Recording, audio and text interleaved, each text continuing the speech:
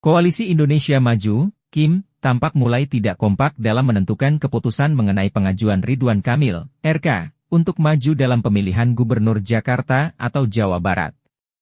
Partai Gerindra dan Partai Amanat Nasional, PAN, dikabarkan mendukung RK maju dalam Pilgub Jakarta, sedangkan Partai Golkar menghendaki RK tetap maju di Pilgub Jawa Barat.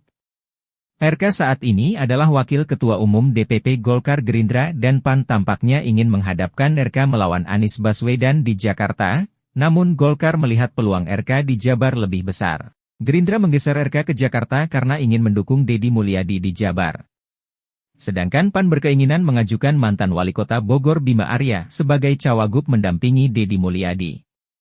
Hasil survei tidak mengunggulkan RK di Pilgub Jakarta, namun ia memiliki peluang lebih besar bila maju di Jabar. Ketua Umum Partai Golkar Airlangga Hartarto menegaskan Ridwan Kamil akan mendengarkan pertimbangan partai, apakah maju di Pilkada Jawa Barat, Jabar, atau Pilkada Jakarta. Jadi tentu Pak Ridwan Kamil akan mendengar pertimbangan yang ada, dukungan dari parpol, dan tentu akan ada kesepakatan antar ketua umum, katanya di Jakarta, Senin. Saat ini, Golkar belum memutuskan apakah mantan Gubernur Jabar itu akan maju di provinsi yang pernah dinahkodainya, atau menjajaki Provinsi Jakarta. Airlangga menegaskan, saat ini status Ridwan Kamil adalah Wakil Ketua Umum Partai Golkar. Kata dia, Golkar masih perlu melakukan kalkulasi politik sebelum memberikan rekomendasi final untuk Emil. Ia menuturkan, keputusan bakal diambil akhir Juli 2024. Sesuai dengan apa yang jadi kesepakatan kita akan terus evaluasi sampai dengan bulan Juli. Tentu siapa yang akan maju dan sebagainya, kita tunggu survei juga, katanya menegaskan.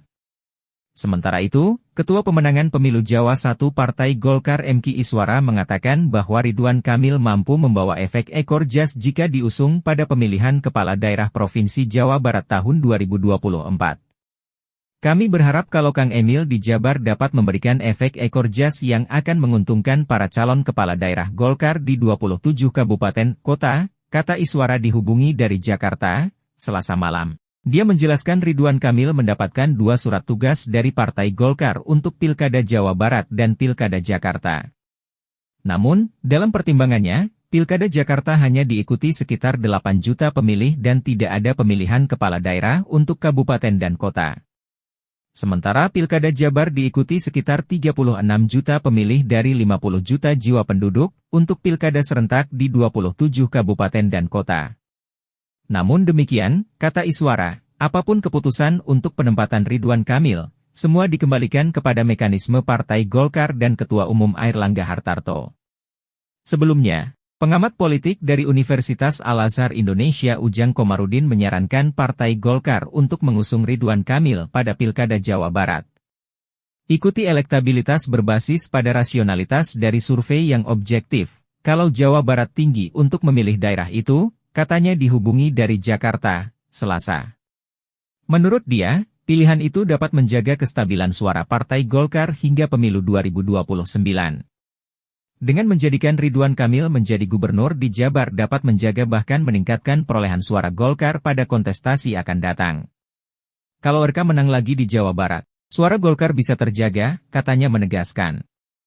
Survei terbaru SMRC menempatkan Ridwan Kamil berada di urutan pertama top of mind responden saat dilakukan simulasi nama terbuka siapa yang bakal dipilih jika Pilkada Jabar digelar hari ini.